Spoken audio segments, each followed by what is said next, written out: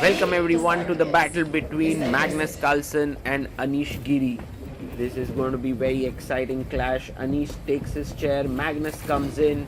Anish had lost to Magnus in the previous round, that is just the previous day, in just 22 moves. And now he'll be trying to play a better game today.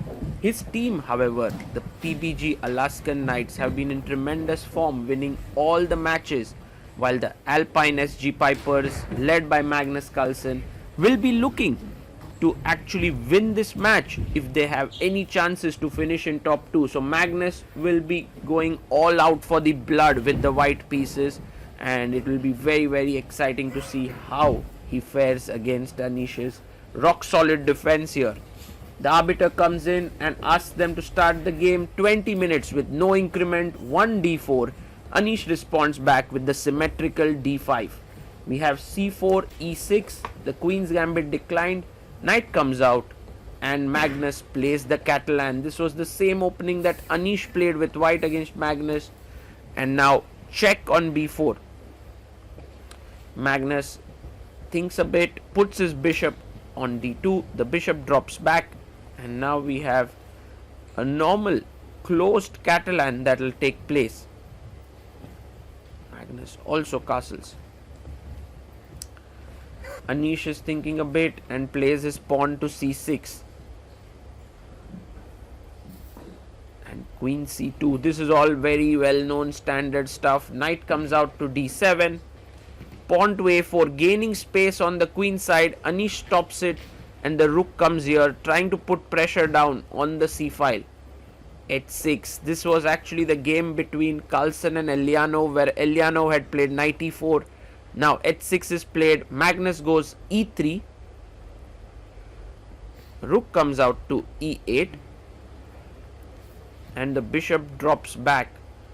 Anish's idea here is to play his bishop out and try for the e5 break.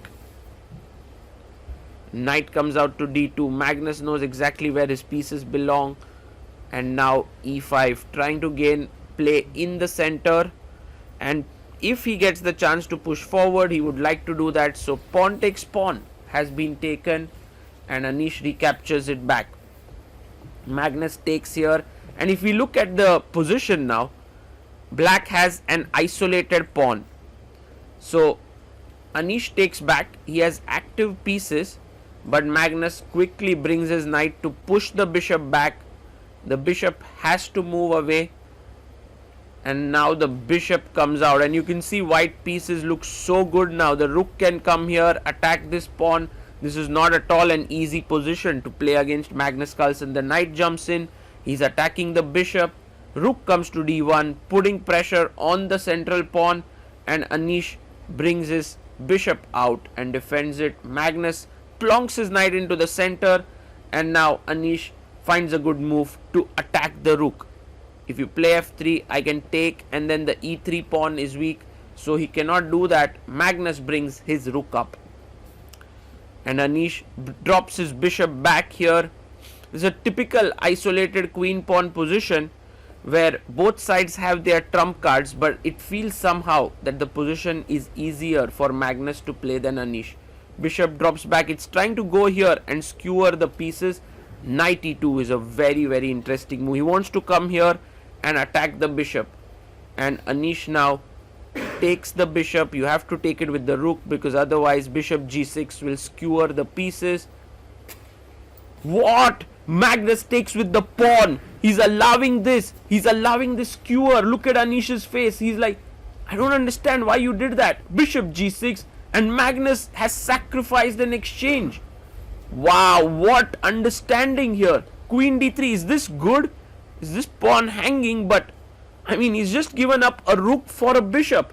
Rooks are worth 5 points. Bishops are worth 3 points. Rook c8, and his pawn structure also isn't great. Magnus brings his rook to attack the pawn here. Anish defends it with b6, and maybe planning to put the bishop on a very stable square. h4, trying to clamp this down. Bishop comes out as we thought, and now Magnus chops off the pawn. This is such amazing play by Magnus Carlsen. Even the engines say that his position is fine. Wow, rook moves up, and the point being that white's minor pieces are simply amazing and black's rooks do not have open files. Queen comes into g5, maybe putting some pressure here and here, so Magnus brings his king up to defend the pawn. He has all the time in the world to improve his position. Rook e7, now again a threat to take and then attack this pawn on g3, so Magnus brings his rook, defends the pawn. And Anish brings his rook up, attacking this bishop. And Magnus Carlsen now has 7 minutes 20 seconds. Anish has 11 minutes 30 seconds. Puts his pawn on c4. Essentially what Magnus is saying, my bishop in the center is almost as good as your rook. That's how it is. And he understood it several moves ago. Queen comes back, doesn't trade the queens. And Anish goes back with his rook. And Magnus brings his queen. This position is getting quite exciting and interesting. The knight can start jumping now. King moves to h8. And can we start pushing the pawn? Yes, he does. Pawn push here. Anish must be very careful. Go back to c8. Because if he goes here to e5, there is a tactic here. Queen e5 played, and now bishop f7 is a tactic. Although the best move is knight d3, he finds bishop f7. Check. Queen is hanging now. King g8. Actually, Anish moves very quickly. He's sacrificed a queen here for a rook and a bishop. But if you see, the difference now is that black's play is easier. You will see that the rook can actually attack this, takes, king h3, and the position is still even. So amazing transformation there by Anish, who actually trapped himself, it felt, but in fact he trapped Magnus. That was how deep that moment was. The rook must go back, but Anish makes an error here. Magnus has a chance to trade off a rook with rook f1, giving up one pawn, but if one pair of rooks are traded, the e pawn becomes pretty strong. But Magnus first tries to save that pawn, but now Anish is ready to move his rook backwards. He wants to move his king.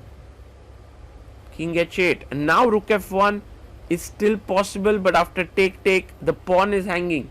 Earlier it wasn't because the king was here. There was a check. Magnus comes in with a check. The rook comes back, and Magnus brings his queen back.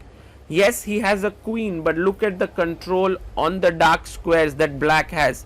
White pawns are all blocked. Magnus has to find a way to unblock them. Anish comes in with his rook to attack. King comes in to attack this rook. And rook f6 played.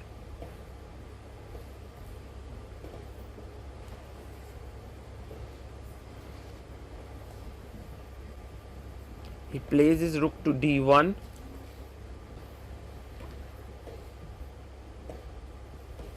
And rook to d6 played. Just very, very carefully putting the rook here, attacking the queen.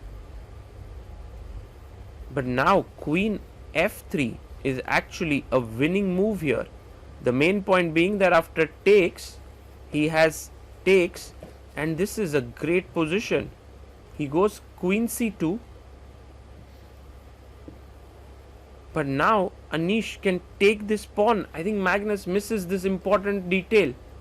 Takes, rook takes d1. He loses a very important pawn. The difference being, when the queen was here, rook takes e4 is met with a check and you win here. So that was a big point. And now check, king h7. This is now drawn because the e pawn is gone. Anish Giri had made a mistake there, but Magnus Carlsen did not pounce onto it. A very rare occasion that Magnus misses such opportunities. But he has 2 minutes 30 seconds, and the way in which Anish has kept a lead on the clock is quite commendable.